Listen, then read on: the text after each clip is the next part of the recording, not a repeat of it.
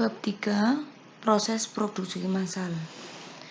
Pada bab ini, Anda akan membahas tentang produksi massal, bagaimana cara kerjanya, apa saja keuntungannya, dan bagaimana proses produksi massal berubah dari waktu ke waktu.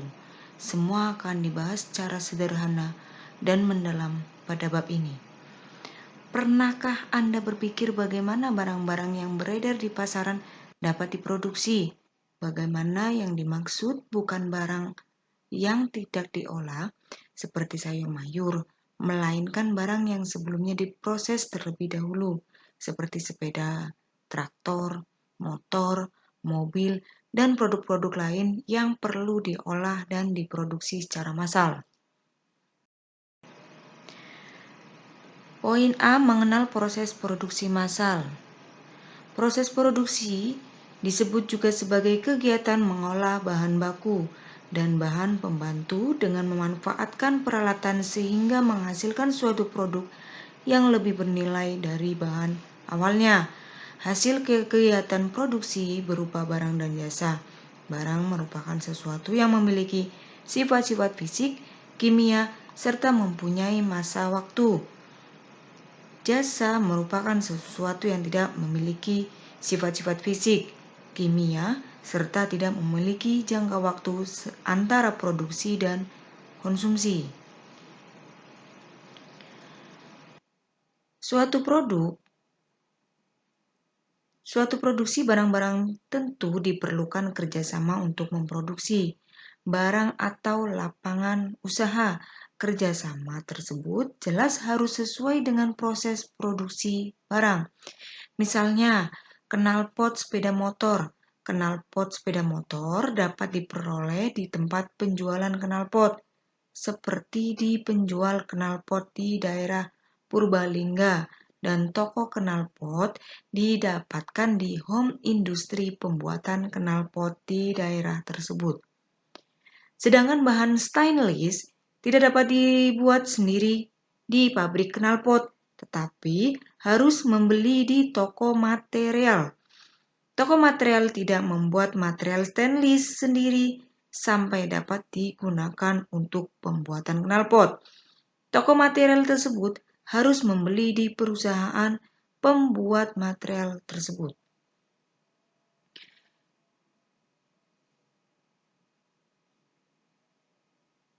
Penjelasan tersebut sama dengan contoh lainnya. Proses produksi adalah rangkaian yang bertahap dan langkah-langkah berurutan mulai dari menyediakan barang, bahan alat, penyebaran, saluran, pengolahan, sampai akhirnya pada konsumen. Tingkat produksi sekunder, pengolahannya membuat barang jadi dan barang yang setengah jadi. Tingkat produksi tersier berupa mata rantai untuk menghubungkan pembuat satu dengan pembuat lain, serta menghubungkan antara pembuat dan pembeli. Proses produksi dibedakan menjadi dua bagian. Yang pertama, proses produksi kontinu atau terus-menerus adalah suatu produksi bahan yang mengalir secara beraturan melewati beberapa tingkatan pengerjaan sehingga bahan yang diolah dapat berubah menjadi barang yang utuh atau jadi. Barang-barang tersebut terus mengalir dan tidak dapat berhenti dari mesin pabrik ke mesin berikutnya. Proses terakhir bahan tersebut keluar dari mesin pengolah, yang berarti bahan yang diolah tadi telah jadi. Misalnya, proses produksi kertas, gula pasir, dan lain sebagainya. Yang kedua, proses produksi intermiten atau proses selingan adalah proses produksi bahan yang akan diolah tidak mengalir secara sebelumnya, tetapi setiap kali terputus akan digabungkan menjadi barang jadi. Misal, proses pembuatan sepeda motor, terdapat bagian membuat spare part-nya, mengerjakannya, merangkanya, membuat bannya, dan membuat kelengkapan sepeda motor lainnya.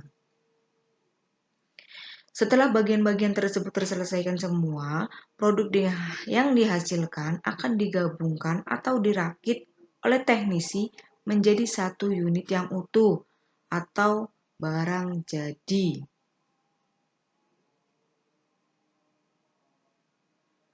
Ada beberapa tahapan produksi yang perlu diketahui. Yang pertama adalah perencanaan. Perencanaan tersebut dapat menentukan produk apa yang dapat dibuat dan dikembangkan. Yang kedua, penentuan alur. Nah, pada tahapan ini, produksi mulai dari pengolahan awal bahan, pembentukan, dan penyelesaian sehingga mutu distribusi menjadi bagus. Penjadwalan, proses memetakan suatu jadwal. Penjadwalan produksi dilakukan mendiskusikan jam kerja dan lama setiap alur yang dibuat dalam peta penjadwalan. Yang keempat, perintah memulai produksi. Setelah dijadwalkan, akan dimasukkan hasil perencanaan yang telah dilakukan pada tahap sebelumnya. Poin B, menerapkan proses produksi massal. Ada tujuan proses produksi, yaitu diantara menghasilkan suatu produk, menjaga keberhasilan, sampai ke poin A, yaitu memenuhi permintaan pasar, baik pasar domestik maupun internasional.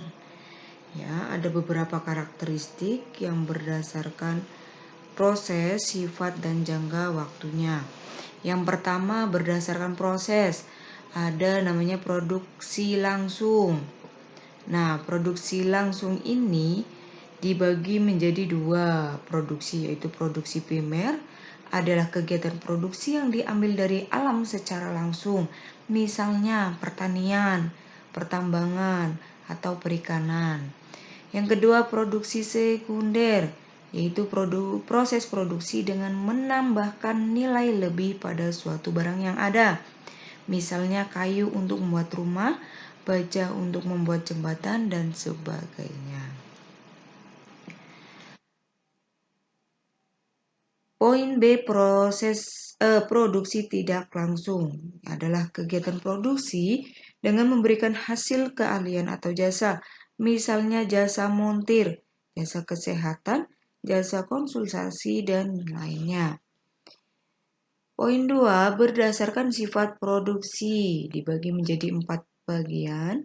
Yang pertama, proses ekstraktif, yaitu kegiatan produksi dengan mengambil produk secara langsung dari alam. Proses analitik, yaitu kegiatan produksi yang melakukan pemisahan suatu produk menjadi lebih banyak dengan bentuk mirip seperti aslinya. C. Proses fabrikasi, yaitu kegiatan mengubah suatu bahan baku menjadi suatu produk yang baru. D. Proses sintetik, yaitu kegiatan menggabungkan beberapa bahan menjadi suatu bentuk produk. Proses ini disebut juga dengan perakitan. Berdasarkan jangka waktu produksi dibagi menjadi dua. Yang pertama, produksi terus-menerus, yaitu produksi yang memakai berbagai fasilitas untuk menciptakan produk secara terus-menerus. Poin B, produksi terputus-putus. Produksi terputus-putus adalah produksi yang kegiatannya berjalan dilakukan tidak setiap saat, bergantung pada musim atau pesanan atau faktor lainnya. Ya. Poin C adalah jenis-jenis proses produksi massal. Dibagi menjadi 4 poin, yaitu produksi jangka pendek. Adalah kegiatan produksi yang cepat dan berlangsung untuk menghasilkan produk, barang atau jasa bagi konsumen. Misalnya, produksi makanan seperti roti bakar, cakwe, gorengan, jasa tambal ban, dan sebagainya. Jadi prosesnya itu langsung jadi ya, dan bisa ditunggu. Yang kedua, proses produksi jangka panjang adalah kegiatan produksi yang membutuhkan waktu cukup lama. Misalnya menanam padi, biasanya jangka waktunya 3 bulan. Menanam kopi, membangun rumah, tergantung kalau rumah biasa biasanya 40 hari atau rumah tingkat biasanya 60 hari ya. Dan proses produksi lainnya. Yang ketiga, produksi terus-menerus adalah kegiatan produksi yang melakukan pengolahan berbagai bahan baku secara bertahap hingga menjadi suatu barang jadi. Dalam hal ini prosesnya berlangsung secara terus-menerus. Misalnya, pabrik yang membuat kertas, gula, karet. Nah, itu kontinu ya. Setiap periode selalu ada proses produksinya, ya. Yang keempat, produksi berselingan adalah kegiatan produksi yang mengolah bahan-bahan baku dengan cara menggabungkannya menjadi suatu barang. Misalnya, proses pembuatan sepeda motor, ya, yang tadi sebelumnya dijelaskan, spare partnya dijadiin satu sehingga dirakit menjadi sepeda motor yang utuh, ya.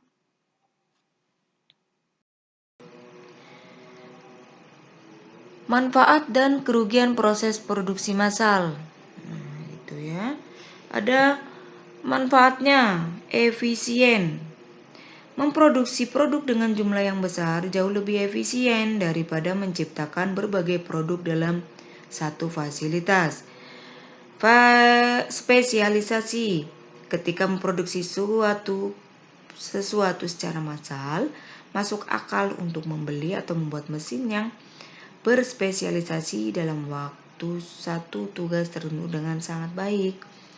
Pelatihan, fasilitas ini seringkali dapat dilatih tentang peran atau tugasnya sebagai karyawan bidang tertentu. Ya. Ada standarisasi, ada pengurangan biaya. Nah, terus kerugiannya apa dari produksi massal? Yaitu pengeluaran awal. Harus menyiapkan fasilitas untuk produksi massal biasanya datang dengan biaya yang jauh lebih tinggi daripada hanya menciptakan produk individual. Ya. Kepuasan kerja, karyawan yang perlu melakukan tugas sama setiap hari dapat kehilangan motivasi. Ya. Kurangnya fleksibilitas. Sistem produksi semacam ini tidak terlalu fleksibel untuk membuat penyesuaian atau produk unik bagi pelanggan. Resiko pemadaman produksi. Jika satu musim rusak, seringkali akan mematikan seluruh lini produksi hingga dapat diperbaiki. Poin E, perkembangan proses produksi massal industri 4.0. Ya, ada dua komponen. Yang pertama adalah komponen sistem produksi massal konvensional yang memiliki manfaat, yaitu adanya penurunan tenaga kerja, penurunan waktu pembuatan, peningkatan output, serta biaya lebih rendah per unitnya. Terus kelemahannya apa? Yaitu sistem tidak terlalu fleksibel, ya, sulit menyesuaikan jalur produksi, memerlukan inspeksi ketat, bantuan metode kontrol kualitas terkait, pekerjaan dituntut presisi tinggi. Nah, terus bagaimana dengan komponen sistem produksi massal yang disesuaikan dengan industri 4.0? Ada beberapa hal yang perlu kita ketahui di industri 4.0 ini. Karena industri 4.0 disebut sebagai pabrik pintar dan memiliki sistem produksi yang sangat fleksibel dibandingkan dengan konvensional, ya. Ada istilah yang namanya sistem cyber fisik, adalah objek fisik atau proses yang terhubung dan berinteraksi dengan representasi digital dari objek atau proses itu, ya.